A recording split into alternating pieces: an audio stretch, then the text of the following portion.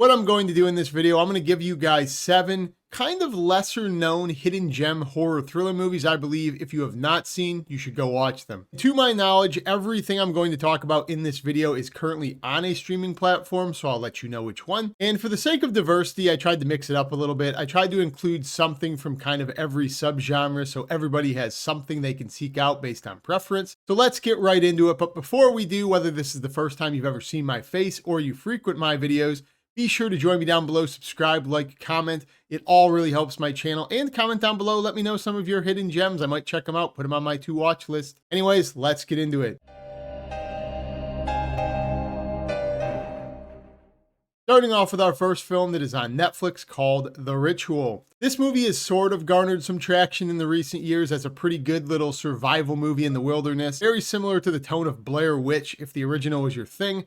What you have going on in this one, you have a group of friends going on a hiking trip in the forests of Sweden, and they feel like they are being stalked by a terrifying presence. Not going to give too much away about this film. I'm not going to give too much away about any of these, honestly, just because I might review all of these in full at some point. I liked most of them so much. But anyways, you have this group of friends that goes off on a hike in memory of their friend, and they feel like something is watching them. If your brand of horror is atmospheric, environmental horror in the woods or in nature, where you have kind of something lurking in the distance, you're not exactly sure what it is, you're not exactly sure what's scaring these people, very cerebral, be sure to check this movie out. And for the record, this movie has one of the greatest reveals in horror in the past decade, at least in my opinion. So when you get to the point it starts unraveling and revealing what's going on, it's fantastic. Also, I love the characters of this film. I think they're all memorable in their own way. I think characters make smart decisions for the most part. So highly underrated little gem. I know some people talk about this. I've seen it on other lists, but still doesn't get the mention I think it deserves. The Ritual. The next movie to talk about is on Paramount Plus called Strange Darling. Now, if you follow my channel regularly, if you have seen my end of year rankings, you know I love this film. I talk about it ad nauseum, but I just actually got done watching this movie for the second time this past weekend with 2 different people who had never heard of this film. So that alone leads me to believe not enough people know about it yet, so I have to still keep preaching the gospel of people to go find this movie and watch it. The movie is described as nothing is what it seems when a twisted one-night stand spirals into a serial killer's vicious murder spree. That's a good way to describe it, but what makes this movie so unique is it's told in a non-chronological order. It has 6 chapters. I believe it starts with chapter 5. Kind of just goes and bounces around and you have to unravel this mystery. This movie was in my top 10 last year. It's just so good. The directing, fantastic performances from the leads, Kyle Gallner, Willa Fitzgerald. This movie looks awesome as well. There's so many neon colors with this vibrant blues and pinks and the sound design of this loud boom whenever this guy shows up. And this movie is just an awesome little mystery. You get to unravel as it goes. Nothing is as it seems, as it says in the trailer. I'm not going to tell you anything else about this movie. This is a movie you need to go into completely blind. Don't read the thumbnail again. Don't watch the trailer. Go to Paramount Plus if you have it. Turn on Strange Darling, get locked in for the night. Trust me, you will not be disappointed. Next movie I want to talk about is a little hidden gem on Amazon Prime called Censor. The way they describe this movie is after viewing a strangely familiar video nasty, Enid, a film censor, sets out to solve the past mystery of her sister's disappearance, embarking on a quest that dissolves between fiction and reality. Really long-winded way of saying you have this girl during the 80s era in the UK. You had these movies called video nasties that were so derogatory, they were such exploitation, they had to be heavily monitored and censored. And if you have never heard that term, congratulations, you have saved some of your morality and some of your childhood innocence. These are not good movies. They are not fun to watch, so do not seek them out. But what she is in this movie, she's a censor, hence the name of the movie. She is the person who is tasked at this marketing firm for deciding if these movies are even marketable, if they can make it to the mainstream, or if they are too disgusting. And let me just say, I've never thought about that at all. The fact that in this era, somebody's job was to do nothing but sift through this garbage all day, watch these disgustingly exploitative films, and just decide, is it okay for the public? So imagine doing that all day. You just watch the worst of the worst rated R. It's like watching Cannibal Holocaust all day, every day.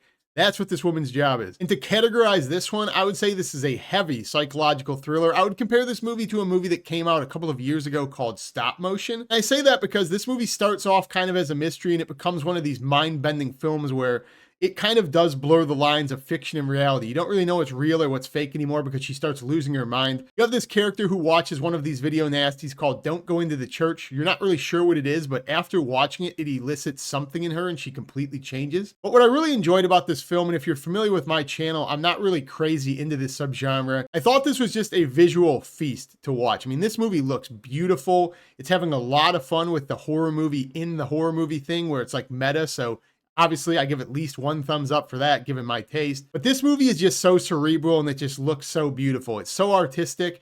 It's one of these films, I like to say, it can easily lose you if you think it's a little bit too vague, too abstract, you can't follow the story. But if you're willing to sit and commit to it and you're willing to think about what this movie actually means, I had a really good time with this film, surprisingly so. Censor on Amazon Prime. Psychological thriller. It's a good one. Now, I mentioned diversity. So the next movie on this list I wanted to talk about is actually called F, Marry, Kill on Hulu. And this one's not so much a thriller horror movie, more than a horror comedy. This is probably a chick flick, but I still had a pretty good time with it and I thought it was pretty creative. So this one's for all the murder mystery podcast ladies out there who can't get enough of the ID channel. It's described as when a serial killer targets women on dating apps, a true crime junkie must figure out which of her dates is marriage material or trying to kill her.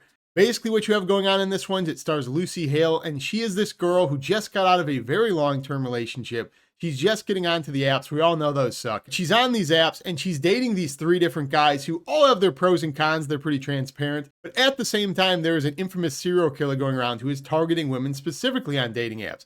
So she becomes convinced, because she listens to this podcast as a true crime junkie, that she's actually dating the serial killer. And it's having a whole lot of fun with dating tropes and how silly these apps are and how obsessed we are with true crime and all of that silly nonsense. It's a fun little mystery to try to figure out which of these guys, if any, is the killer. Not the greatest movie I've ever seen, but I did get a handful of laughs out of it and I did find it entertaining and I found the reveal to be creative enough. So if you do find this type of movie interesting, whodunit horror comedies, true crime related, definitely check this one out. I have seen a lot worse recently, and I don't know why anyone has never mentioned this. I think this is pretty good. Next movie on the list I want to talk about is actually Overlord by J.J. Abrams. I believe this is on Shudder. It might still be on Prime. This movie is described as a small group of American soldiers find horror behind enemy lines on the eve of D-Day. Basically, what you have going on is you have this group of soldiers who gets dropped off. They have this mission to take down this communications beacon at a church so they can attack on D-Day. And when they're behind enemy lines, they find out that the Nazis are like creating these super soldier zombies in the basement of this church, kind of doing the same thing Frankenstein's Army did. And there's a couple of other movies in this subgenre, Dead Snow, I believe. This movie is a whole lot of fun. I don't know why nobody talks about this film. It came out, 5 to 10 years ago in theaters, and I think it was in that era everyone was just shitting on J.J. Abrams, but I thoroughly enjoy this movie. I think this movie works for 2 different ways. I think this movie has great characters. The main soldier in this, fantastic. How has this guy never got any other work, or why have I never seen him since? This movie also just works as a war movie. If you remove all of the horror to this, I almost wish I could get a version of this film that was just strictly the war story, because I really liked hanging out with the crew in this film, trying to do this mission. Really strong war movie, which is the entire first half. So if you like war horror movies where they combine those 2 subgenres, I know there's not a whole lot of them, but this one is by far in the upper echelon of that subgenre out of all the ones I've ever seen. Entertaining, hell yeah. This movie is kind of mindless at points, but I think this is an absolutely awesome Sunday afternoon popcorn flick. If you've never heard of it, check out Overlord by J.J. Abrams. The next movie I want to talk about is not a horror movie whatsoever, but it's more a thriller, but I really enjoyed it, and I just watched it recently, so I really wanted to talk about it. It's called The Last Stop in Yuma County, and it's on Paramount+. What this movie is about, basically, just as the title suggests, it's going to be this little bottleneck thriller that takes place at the last stop in Yuma County. So what you have going on in this one is you have this little diner that's next door to this gas pump, but the gas truck that's supposed to fill this gas pump up has not arrived for the day. So a bunch of different occupants are going to keep showing up trying to get gas, and they're going to have to stay the day at the diner while they wait for this fuel pump. Hence, it's one of these little chamber piece pressure cookers. But in the beginning of the movie, you're also introduced to a sub-story that a pair of bank robbers just robbed a bank and they have gotten away with almost $1 million. So eventually, throughout the movie, they are going to show up at this diner as well. You have yourself a little Mexican standoff hostage situation where the situation keeps escalating and getting worse and more suspenseful. The more random bystanders keep showing up to this diner throughout the day. And this movie is just an awesome little pressure cooker. I love that subgenre of taking like 10 sardines, putting them in a building and just having them sweat. This movie is one of the more effective ones. of having a whole different cast of diverse characters. And if I'm not mistaken, the guy who directed this film has actually been tasked to do the newest Evil Dead movie as well. So you want a little bit of insight into what his style of work is, be sure to check this one out. But I put this one on the list because I would consider it a Western thriller, Western horror, if you consider this horror. But this movie was just great. I was fully intrigued from start to finish. I almost did a review on this movie. I still might. I liked it so much, but really good performances. Just a very suspenseful, atmospheric film that I wish we got more of. It's a very simple concept of taking all of these people, putting them in this diner, but I thoroughly enjoyed this, and I really enjoyed the way this movie concludes as well. Just a great film. And then finally, I saved the weirdest for last. This is a movie I have never heard of in my life. I've never heard it recommended. I've never seen anything on it. I finally just turned this on a whim like 2 nights ago on Paramount Plus, called I See You. For the life of me, I have no idea how nobody has talked about this. I thought this movie was ridiculously good. This movie is described as a policeman and his doctor wife have some marriage problems, and the son blames the mother. For the job, the policeman investigates the case of a missing boy. The possible kidnapping looks like cases from a few years ago. This is one of the strangest movies I have seen in a very long time, because when this movie started,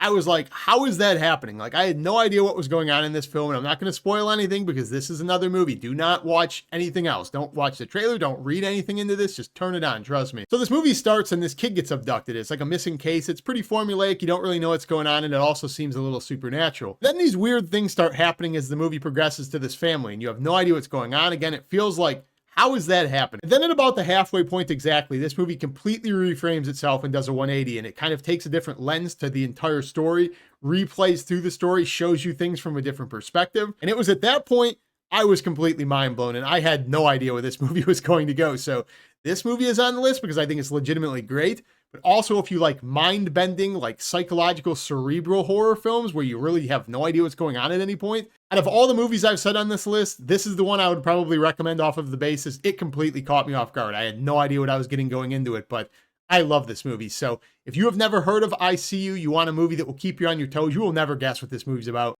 Check this one out. It's on Paramount Plus. But there you have it, guys. Those are my 7 recommendations for different subgenres, just things you can throw on streaming. I highly recommend. I recommend you do check them out. I recommend you join my channel. I will see you in the next review. Peace.